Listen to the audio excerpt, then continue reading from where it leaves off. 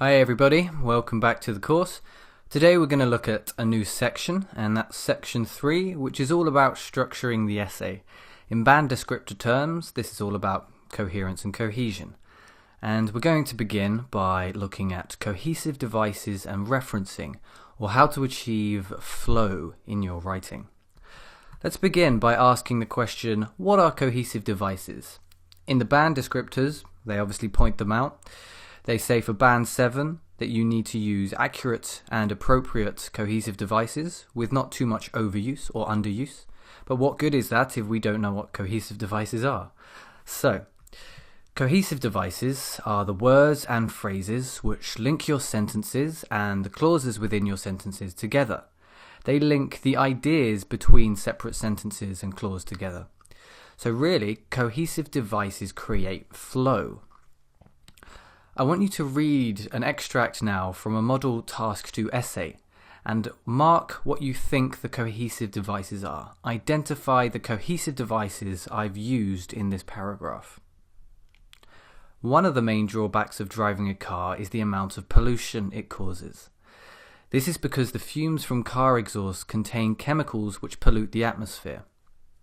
As a result, people who live in places with many cars, like cities, may suffer from respiratory-related illnesses. Furthermore, air pollution has a negative impact on a global scale. To illustrate, the polar ice caps are melting as a consequence of global warming, to which air pollution contributes. So, in this paragraph, what are the cohesive devices I've used? This is because. As a result. Furthermore. To illustrate, and as a consequence of. So we have 1, 2, 3, 4, 5 cohesive devices being used in this paragraph. And you can see how they all link back to the previous sentences before them. So we're linking ideas here. This really gets to oils the wheels of the paragraph. It just increases that flow in a dramatic way. And so what I've got on this slide is a table full of cohesive devices that you can use in your own essays.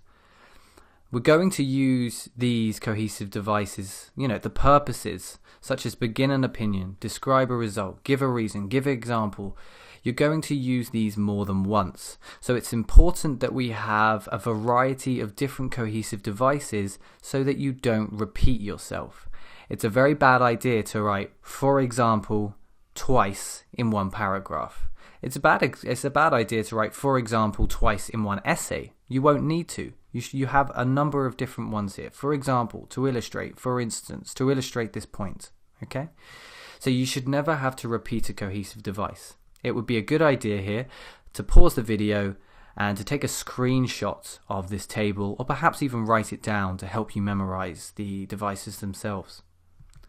And on this next slide, we have even more useful cohesive devices for different purposes. Here we've got clarifying a point, linking ideas, switching arguments, and making another point. Okay, so lots of different cohesive devices that you can use to improve that flow in your essay. Again, pause the video, take a screenshot, print it out, and try experimenting with these cohesive devices to see if you can improve that flow in your essay. Perhaps you've been struggling to achieve flow in your essay.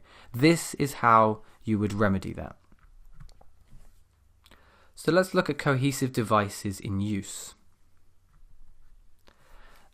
Now, using the cohesive devices we've looked at on the past 2 slides in the table, I want you to try yourself to change this paragraph to make it sound more coherent, more cohesive, and more fluent.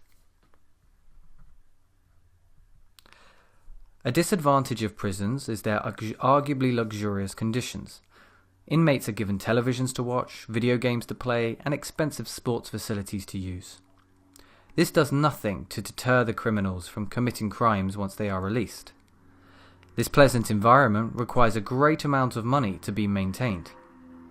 The taxpayer, whose taxes pay for the upkeep of these prisons, is left out of pocket in order to keep prisoners entertained in their cells. Just as a side note, a little bit of extra vocabulary for you here. To be out of pocket means to have lost money. So that might be something you can include, especially if you're doing the general training module, as it's a quite idiomatic language. So what I want you to do then is to see if you can use the cohesive devices we've looked at on the past 2 slides to modify this paragraph, to make it more fluent, to make it more cohesive. You can remove words and add words, expressions, phrases, but what we're trying to do here is just improve the coherence and cohesion of the paragraph itself. Okay, so pause the video now and see if you can have a go at this exercise. Okay, if you're ready, let's have a look at how I've modified this paragraph. Okay, so firstly, one disadvantage of prisons is their arguably luxurious conditions. For example, inmates are given televisions to watch, video games to play, and expensive sports facilities to use. This is a problem because it does nothing to deter the criminals from committing crimes once they are released. Moreover, this pleasant environment requires a great amount of money to be maintained. As a consequence, the taxpayer, whose taxes pay for the upkeep of these prisons, is left out of pocket in order to keep prisoners entertained in their cells. As you can see, every cohesive device that's been used here has a purpose. It either introduces a point, it introduces an example, it explains a reason for your previous idea, introduces another point, it introduces a result of the previous idea. They're all referring back to previous sentences, okay, previous ideas. And that really creates a well-developed argument that is also very fluent and cohesive. One side point to make here is you should not overuse cohesive devices. This paragraph works because every cohesive device serves a purpose and improves the paragraph as a result. But if you're using cohesive devices all over the place, that will really look very forced, and it in fact has the opposite of effect of reducing the fluency of the paragraph, reducing the flow, because it looks it's hard to read when it's like that. So make sure you're only using about 4 or 5 cohesive devices per paragraph. Okay, now let's have a look at referencing, which is very similar to cohesive devices, but less so with the vocabulary and the expressions, and it's usually single words. We'll have a look at what it means now. And we'll have a look at what it means by comparing 2 paragraphs. So I want you to look at these 2 paragraphs and decide which one looks more fluent. One reason sports stars deserve high salaries is that the sports stars set good examples for children. It is because they show children that if the children believe in themselves, the children can achieve anything. If top athletes didn't do it, then the children would lose out on a role model. It is why successful sports professionals should earn more money than other professionals. So what do you think? Does this sound fluent?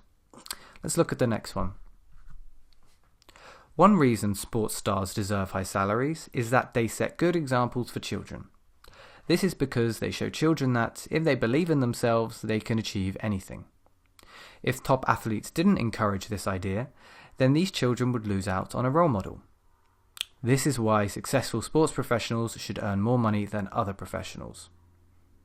So which one? The first paragraph or the second paragraph? Which one looks more fluent? Which one looks more cohesive? Hopefully, you've all picked the second paragraph. Let's look at why this is. So, as you can see here, we added some words and we took away other words. Let's look at the words in bold. So one reason sports stars deserve high salaries is that they set good examples for children. So we've removed the second sports stars and just added the pronoun they. This reduces repetition and increases the flow. This is because they show children. So this is because this refers to the previous idea about setting good examples. How do they set good examples? Well, this is how. This is because, okay? Instead of it, this is referencing back. It's often much better to use a this than an it's pronoun. If they believe in themselves, they can achieve anything. Again, we're reducing the repetition. We're not repeating children, but instead we use they.